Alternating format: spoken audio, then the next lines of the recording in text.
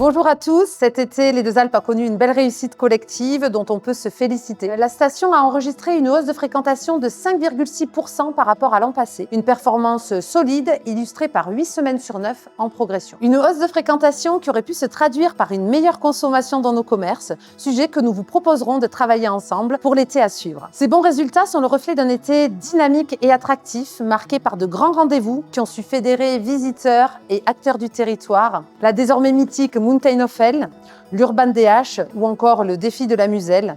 Autant d'événements qui contribuent à faire rayonner les Deux Alpes, à renforcer son image sportive, conviviale et innovante. Ces succès sont aussi le fruit de votre engagement, celui des socioprofessionnels, des équipes sur le terrain et de tous ceux qui font vivre le territoire au quotidien. Ensemble, nous avons construit un bel été.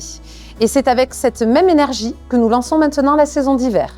Une nouvelle saison pleine d'ambition, de défis et de moments à partager au service d'une destination toujours plus forte et plus unie. Je vais désormais laisser la parole à Fabrice Pérez, notre directeur de l'Office du tourisme, et je vais nous souhaiter collectivement un très bel hiver.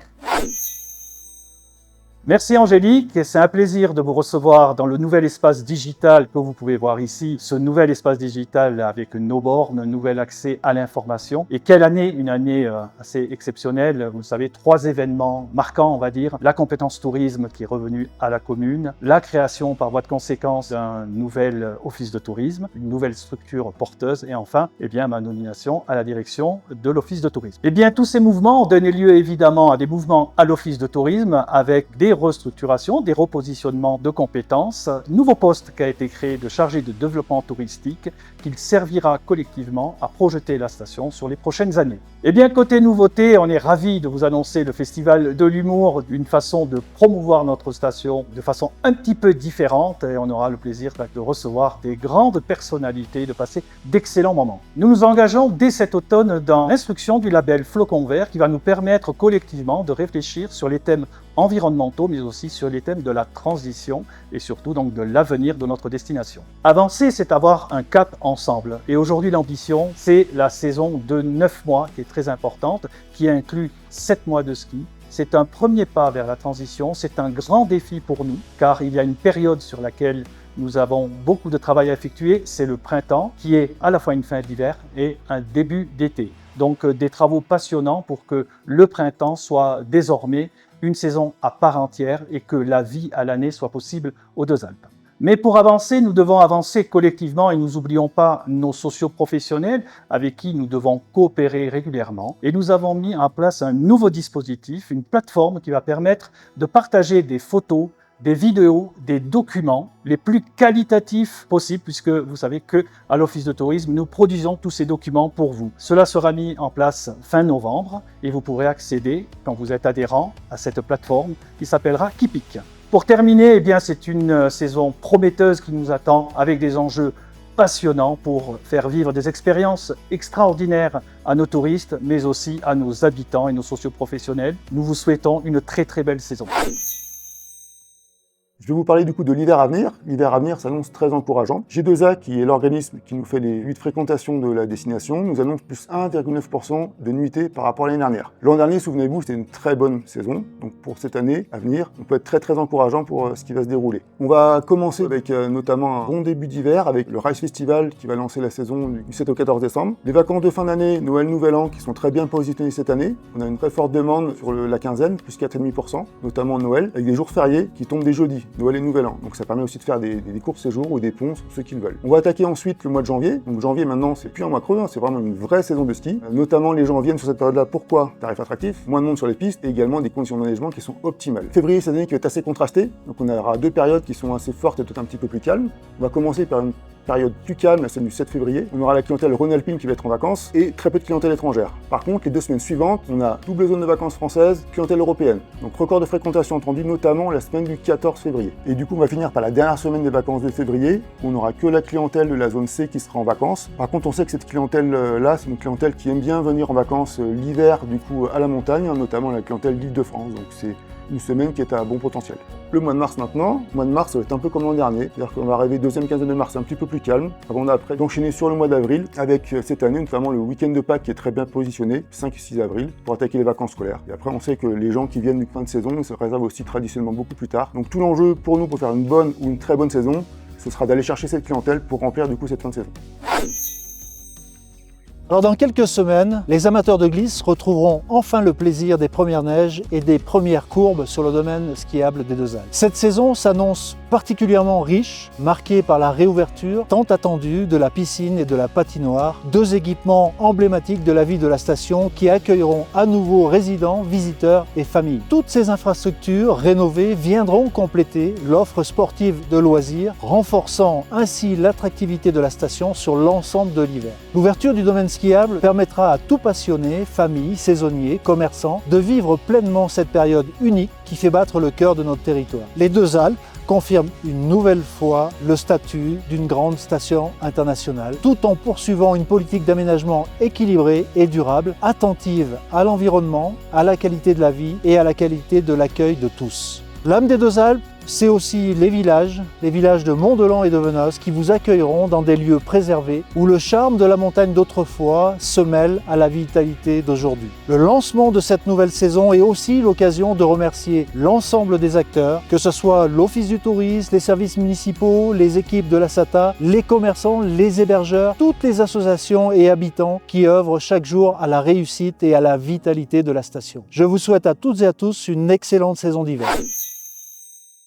Eh bien bonjour à tous et à toutes, nous allons nous retrouver pour cette année 25-26, après une très belle année 24-25 où il y a eu le lancement du Gendry qui a été une vraie dynamique pour l'ensemble de la destination et de la curiosité, puis aussi je pense avec une vraie fluidité qui a été construite. Derrière cela, les thèmes sur lesquels on va continuer nous d'enfoncer le clou, ça va être évidemment la notion de sécurité et de densité de skieurs sur les pistes. Donc on met en place véritablement toute une partie de communication, mais aussi avec notre équipe Ski Safe, composée de deux parties, une partie vraiment sur les skis avec des pisteurs qui travaillent sur les zones accidentogènes ou sur les zones qui pourraient être compliquées en termes de monde. Et puis la team info qui est là pour informer, pour donner véritablement les bonnes indications à nos amis skieurs. L'idée, c'est de pouvoir travailler sur ce sentiment. Ce sentiment non plus d'insécurité, mais sur ce sentiment de bien-être quand je fais du ski et quand je profite de mon activité. La deuxième chose sur laquelle on va travailler évidemment, c'est cette notion d'accueil client. Il est clair que l'on est en train de faire une vraie différence parce que le sourire, la considération, la valorisation des gens qui nous rejoignent est fondamentale dans l'équipe de SATA Group, dans la philosophie d'E.ON.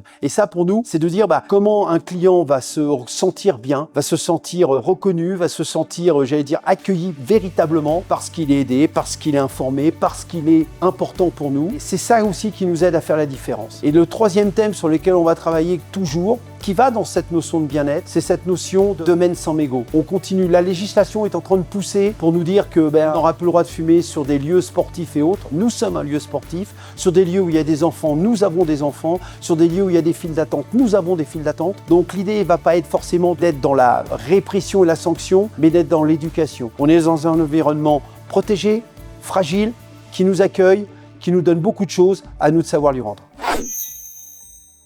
Concernant le domaine skiable, on continue à l'améliorer, avec toujours notre objectif de répartir au mieux nos flux skieurs. Et ça se passe cette année principalement à 2600 mètres d'altitude, où on a d'abord démonté l'ancienne ligne du Gendry, donc qui a libéré de l'espace, et nous a permis d'installer deux nouveaux tapis. Le premier pour relier la gare intermédiaire du 3S vers la Toura, et le deuxième pour remplacer le bon vieux télécorde, où tant de skieurs des Deux Alpes se sont fatigués les bras. Et ces deux aménagements, ça nous permet de mieux répartir les flux à cette gare intermédiaire. Et on l'a complété d'une liaison beaucoup plus fluide et naturelle entre le sommet de Bellecombe et le col des Gouffres vers Pierre-Grosse, en améliorant la gravité pour arrêter de pousser sur les bâtons pour relier ce fameux souterrain qui nous permet de relier Pierre-Grosse. Et tout cet aménagement, ça va amener beaucoup plus de facilité pour les clients, pour permettre de mieux se répartir sur le domaine à ce carrefour stratégique qu'est 2600 mètres. En complément, on a amélioré la zone d'apprentissage de Belle Étoile, principalement en améliorant les pentes et en élargissant les pistes, pour que nos écoles de ski aient plus de facilité à enseigner l'apprentissage du ski, et toujours en se projetant avec en tête que dans quelques années, ce lieu sera le futur front de neige du domaine des Deux Alpes. Voilà, ça c'est les nouveautés principales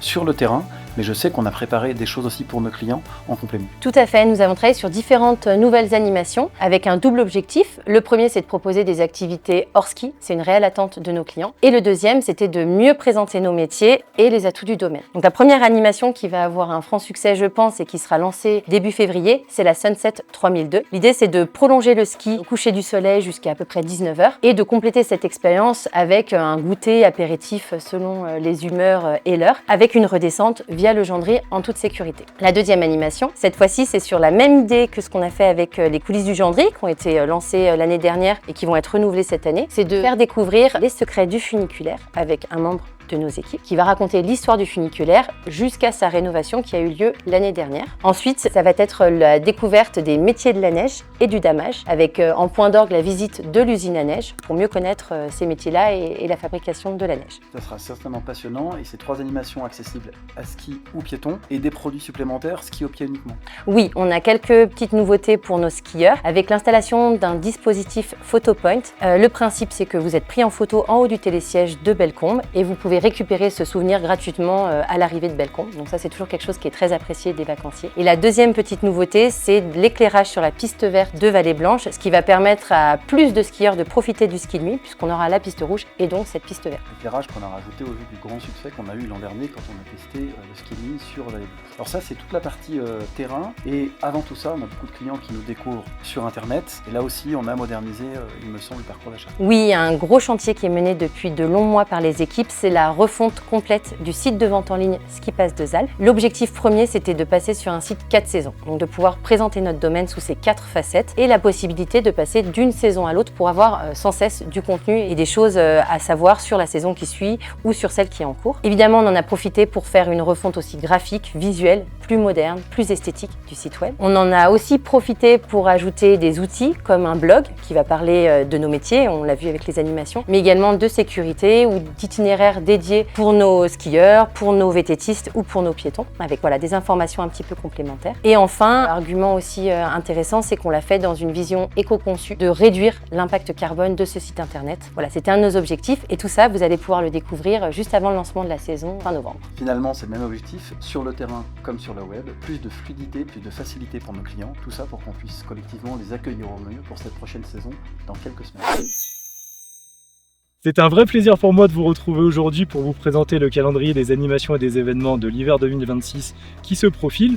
On va attaquer avec 3 gros temps forts. Tout d'abord, deuxième semaine de décembre, le Rise Festival, que vous connaissez tous bien entendu. Cette année, 7500 festivaliers sont attendus, ils nous viendront des 4 coins du monde et seront présents sur un programme assez chargé sur 3 scènes principales, la place des Deux Alpes bien entendu, le Palais des Sports que vous connaissez tous et également une scène sur le bas des pistes au niveau de l'Alpette et des Limaçons.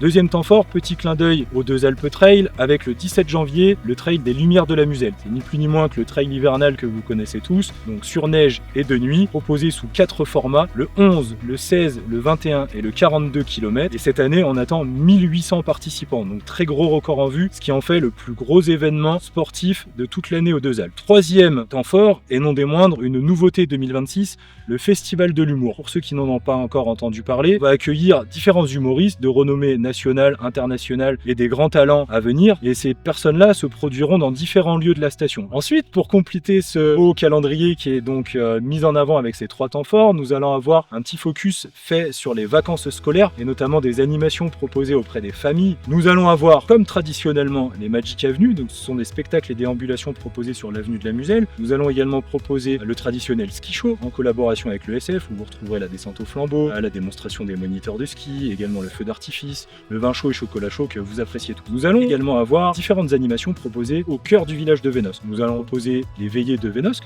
comme c'est le cas depuis de nombreuses années maintenant, et également les visites guidées du village de Vénosque qui, quant à elles, seront présentées tout au long de la saison. À tout ce beau programme viennent se rajouter les différentes dynamiques locales, et je parle bien évidemment des associations locales des Deux Alpes qui viennent agrémenter tout ce beau programme donc on vous proposera tout au long de l'hiver. Je ne vais pas tous les citer et rentrer dans le détail de toutes les organisations, mais je pense bien évidemment au Ski et Snow Club des Deux Alpes qui nous proposeront comme chaque année la Touchous Cup, la Micro Kids et bien d'autres nouveautés dès cette année. Je pense également à la très dynamique association de la Sauce Event qui, quant à elle, proposera différentes animations, manifestations, notamment sur le domaine skiable et principalement directement au snowpark avec différents événements typés plutôt freestyle. Je pense également à l'amicale du personnel de la mairie qui, durant toute la saison d'hiver, propose différentes manifestations sur lesquelles vous serez bien entendu les bienvenus. Et enfin, d'autres associations locales qui proposent différents événements tout au long de la saison, plus ou moins gros selon leur taille, mais qui viendront agrémenter tout le calendrier et tous les mois de cet hiver.